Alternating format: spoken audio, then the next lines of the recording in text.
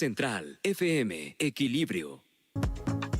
Bueno, le quiero agradecer muchísimo a Alberto Capella, que hoy siempre tiene muchas cosas que decir, pero hoy más porque ayer nos tocó convivir. Ayer yo llegué a comer a un restaurante en el centro de la Ciudad de México, ahí en el Cardenal, porque iba a ser el evento de mi esposa en el Metropolitan minutos después, y me encontré aquí a mi querido Alberto, que quiero mucho. Gracias, que es un hombre que he seguido cuando has estado al frente de la seguridad en Tijuana, y en Baja California, en Morelos, ahora en Quintana Roo, y eres un conocedor, y eres un hombre que no solamente sabe de temas de seguridad para México, sino que ha estudiado en el mundo. Estás llegando de Shanghái, estás llegando de China, ¿no? Pues, pero sí. Estás constantemente enfrentando crisis y procesos que mi primero, gracias. Querido Pedro, muchas gracias. Gracias por estar aquí. Crecientes estas crisis en México, estamos estables, se está solucionando. Dice el presidente que cada vez hay menos criminalidad y que cada vez está más tranquilo el país y que un día se va a serenar. Pero pues primero, muchas gracias ahí por este importantísimo espacio. Me da mucho gusto estar aquí con todo el aprecio, cariño y admiración que siempre he tenido. Y ahora sí que traje 2 veces, vine de traje a verte y te traje una gorra de la policía. Muchas gracias. Gracias, hermano, está precioso. 2 aquí para la palomilla, todo dar. Mira, gracias, muchas gracias. Muchas gracias. Mira, yo sí estoy muy preocupado. Evidentemente, siempre con la esperanza viva de que las condiciones cambien. Soy un crítico total y absoluto y de una manera un tanto radical de tratar de evitar en la medida de lo posible que la política partidista, no la política, el concepto en general que es generar acuerdos, no, la política partidista, aquella que busca que los intereses de grupos sean los que ponderen, aquella política partidista que cuando estás en la oposición buscas que quien gobierna fracase a todas luces, así cueste vidas humanas y lo que tenga que pasar, que ha sido para mí la gran tragedia que ha tenido este país. Y lo seguimos viviendo. Yo decía el otro día con mucho respeto que no son los muertos de Calderón, no son los muertos de Peña Nieto, tampoco son los muertos de Andrés Manuel López Obrador. Son los muertos del sistema que no funciona. Son los muertos de cada uno de los gobernantes, ya sea municipales o estatales, que gobiernan en esas regiones. Y que de alguna forma llegó un presidente que se endosó el tema. Yo no creo que mal, fíjate, yo creo que desesperado de que pues no funcionaban las autoridades locales. Y cuando yo escucho el diagnóstico que en aquellos tiempos, me quedo Pedro, cuando tú y yo platicábamos 2005, 2006, cuando yo era activista ciudadano, el mismo diagnóstico es el mismo que me dan ahorita. Y yo me pregunto, ¿qué demonios hemos hecho en 15 años? Nada. Bueno, sí, el cáncer antes era en 3 entidades, te recordarás la bronca en Michoacán, la bronca que había en Tamaulipas y la que teníamos en Baja California. ¿Qué era fuerte? Punto. Y luego se vino a Chihuahua, y luego la comarca, empezó la bronca en Coahuila, y luego empezó en Nuevo León, y luego pues empezaron las broncas en Quintana Roo, en el sureste, y luego de repente empezamos a ver temas en otras regiones del centro del país. Te tocó contener una problemática que hoy está desbordada en Morelos. Mira, los números hablan, ¿no? Por más críticas, y yo finalmente tengo una conciencia muy tranquila en términos de lo que hicimos y la visión que tuvimos tanto en Tijuana como en Morelos. En Tijuana, en los 3 años que estuve yo como secretario la última vez, 20 y tantos meses, logramos un promedio aproximado de 413 homicidios, que era una reducción importante porque en el 2010 había cerca de 900, entonces bajarle y llegar a 413 era el 50%, en aquellos tiempos significativo. Entonces, bueno, pues fue un éxito, se recuperó la actividad económica, la Avenida Revolución que conoces allá empezó otra vez a retomar su causa y su vida. Nuestros vecinos del sur de California empezaron a visitar otra vez Tijuana. Entonces, bien, ¿sabes cuántos homicidios hubo el año pasado? No. 2,800. Qué bárbaro. Totalmente fuera de control. 7 veces más. 7 veces más de ¿Sabes lo que qué pasó? tú dejaste. ¿Sabes qué pasó? Dejaron de hacer lo que se tenía que hacer. Lo que nos tardamos 8 años en construir, lo echaron a perder en 1 año y medio. Tantito peor el tema de Morelos. O sea, lo que nace de una mentira, o sea, aquel que utiliza una bandera y que empieza a decir y que no lo sustenta en una técnica y crea un ambiente mediático equivocado como el que se creó en Morelos, finalmente va a terminar pagando lo que están pagando ahorita. Había una nota hoy en algún medio nacional muy importante que yo aprecio mucho y decía, bueno, pues es que en Morelos 17 de los 30 y tantos alcaldes están vinculados. Bueno, yo dije eso hace 4 años, pero yo decía que eran 11, o sea, la tercera parte. Nosotros sí lo combatimos. De hecho, uno de los señalados ahorita es un flamante líder en el Congreso, aliado del gobernador en turno. Entonces, hay mucha hipocresía, mucha mentira, porque el tema de seguridad pública no se transparenta de la manera en que debería ser. Y quienes le entendemos un poco al tema y que somos técnicos y que tratamos de que la política partidista no se involucre, terminamos crucificados. Ahora, dime, Alberto, este tema de no hacer las cosas como debieran me lleva de lo local en un estado a lo general. Sí. Te pongo un concepto y por favor defínemelo. ¿Qué piensas tú de la Guardia Nacional como recurso que pudiera darle una salida a una estrategia de seguridad reorientada para revertir el proceso deteriorante de la inseguridad que estamos viviendo en este país? Es un cambio de paradigma, el cual estoy convencido que hay que apoyar, porque pues sea como sea se va a dar. ¿Ya se dio? Sí, pero yo soy enemigo de los conceptos absolutistas, es decir, toda la Policía Federal es corrupta. No, espérame. No es así. Como todo, las Fuerzas Armadas son honestas, tampoco es así. Son instituciones nobles, las más respetadas porque se lo han ganado. Ahorita vulneradas, ayer lamentablemente 3 compañeros militares pierden la vida, otros tantos policías municipales en otro estado también, o sea, 5 homicidios ayer. Entonces, no, soy enemigo de los conceptos absolutistas, no es así tan tajante, no es blanco y negro. Tiene que ser objetivo el tema. Entonces, partir de la premisa de que hay que desaparecer una Policía Federal, que te voy a decir una cosa. Si alguien tuvo conflictos con algunos mandos, fui yo, o sea, tanto en Tijuana como en Morelos, yo criticaba. Pero yo tengo un concepto de la Policía Federal. La Policía Federal es una de las instituciones más respetadas en Latinoamérica, que avanzó muchísimo con sus situaciones de corrupción individuales. Pero no de cuerpo. Pero no toda la institución, o sea, el tema. Entonces, que la misma circunstancia pudiera endosarse cuando ves a un elemento, como ya sucedió, de la Guardia Nacional, que se corrompe o que se dedica a alguna actividad ilícita. Ahora, fíjate, te voy a decir, en la Policía Federal, sí, dice el presidente ahora, dice, esta se corrompió en el sexenio pasado. Ahora, tómalo del antepasado, que estaba autónoma con Genaro. Sí. Después, en el pasado, que estuvo dependiente de Miguel Ángel Osorio Chong. Y que, voy a decir una cosa, no te voy a ser responsable de esto porque es una bronca mía. Miguel Ángel Osorio Chong y el sexenio pasado, yo vi cómo creció el cártel Jalisco Nueva Generación y no creo que haya sido por casualidad. Yo pienso que hay un involucramiento directo del sexenio del presidente Peña Nieto y del cobijo de la Secretaría de Gobernación, desde mi punto de vista.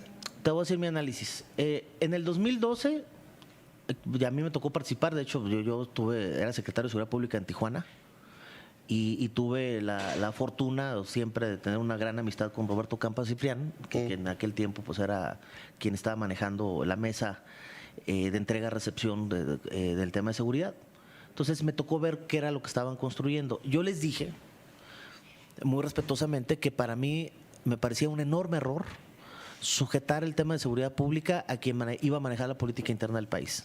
O sea, al ser dependiente de la Policía Federal de Gobernación. Porque son seres humanos que evidentemente están futureando y no pudieron evitar la tentación de utilizar el tema de seguridad pública para fines político-partidistas. Ese fue el conflicto. Todo lo demás, lo que tú comentas, que a mí no me consta, lo que tú comentas es consecuencia de una decisión equivocada. O sea, son decisiones institucionales equivocadas. La gran tragedia de México es que la política, el tema de seguridad pública está secuestrado por la política partidista del país y sigue secuestrado. ¿Qué significa esto? Que no permite que procesos técnicos de desarrollo institucional puedan trascender los periodos gubernamentales, porque el político en turno está pensando en la llamada de petate. En su carrera, en lo que en este momento le genera, no en... O sea, no podemos olvidar que Miguel Ángel Osorio Chong quiso ser presidente de México. y tenía su agenda, es lo que está diciendo Alberto. Vamos a hacer una breve pausa, estamos con Alberto Capella, él es el comisionado de seguridad del estado de Quintana Roo, ha sido un hombre de una larga trayectoria, no obstante su juventud, en muchas actividades de seguridad, y ayer le tocó la manifestación de Ayotzinapa, decía, yo ya me quiero ir a Cancún. Después de esta pausa regreso con él. Me dijiste ahorita una cosa, lo de Tamaulipas y Guanajuato es gravísimo. ¿Nada más ahí? No, me refiero al utilizar la bandera política y decir vamos a desaparecer poderes porque como si fuera una responsabilidad únicamente local. O sea, es un tema. Fíjate que me tocó el otro día saludar con mucho gusto al gobernador de Tamaulipas y le dije una cosa que le quiero decir públicamente. Le dije, gobernador, tantos años que he seguido yo el tema, sobre todo Tamaulipas, porque pues es norte, está relacionado con mi tierra. Y yo nunca había visto tantos pantalones de una autoridad local para entrarle a los guamazos con tanta complejidad. Y lo felicité. Tan gravísimo pudiera ser lo que sucede en esas entidades federativas como lo que está pasando en Veracruz y Morelos. Morelos, que lo conozco perfectamente bien. Entonces, otra vez esas cortinas políticas de humo que no permiten el desarrollo, pero hay un efecto humano que yo te quiero plantear de quienes estamos en esto. Imagínate que pues, estás tú en la primera línea de batalla combatiendo delincuentes con información de inteligencia, sabiendo dónde están las situaciones que hay que combatir, y de repente viene un guamazo político y dice, vamos a acabar con ustedes porque ustedes no sirven. Dice la incertidumbre que eso genera. Ahí te va datos de lo que debemos aprender los mexicanos del mundo. Primero, pasa una crisis como la que se dio en Las Vegas hace algunos años con los homicidios, sí, lo que pasó en El Paso recientemente donde involucra a compatriotas. Y lo primero que dice el presidente de Estados Unidos y la autoridad local es mi reconocimiento a las policías por la reacción rápida, mi reconocimiento y mi respaldo. Eso es darle certidumbre. Fuerza al cuerpo. Aquí no. Aquí te es una mentada de madre tras otra. Entonces, pues, es un deporte, creo que el de más alto extremo, ser funcionario de un tema de seguridad pública. Tú que estás al frente de un cuerpo de seguridad, de repente llega un presidente y te dice, les instruyo a que no resistan nada, a que les hagan lo que les hagan, ustedes tienen que observar los derechos humanos y pueden ser hasta vejados, pero no reaccionen, por favor. ¿Acatas la orden? Es una decisión compleja, pues es tu jefe, pero no necesariamente tendría que ser la decisión correcta o la instrucción correcta, porque hay un tema de dignidad. Yo platicaba con algunas autoridades de aquí a nuestros vecinos del norte cuando empezaron a suceder esos hechos hace algún tiempo, de hecho antes de que iniciara esta administración federal, y les decía yo, oye, ¿qué hubiera pasado en tu país si en un grupo de marinos hubieran sido vulnerados? Hubiera habido 40 muertos y la sociedad hubiera aplaudido. Punto.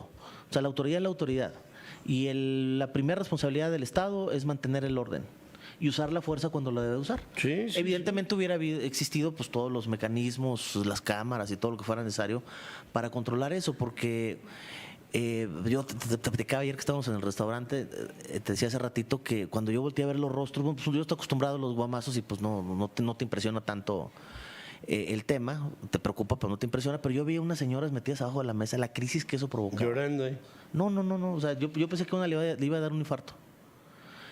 Crisis. Y bueno, pues se quedan con un concepto pues lamentable. Había europeos ahí en el restaurante, pues los viste tú ahí. Sí.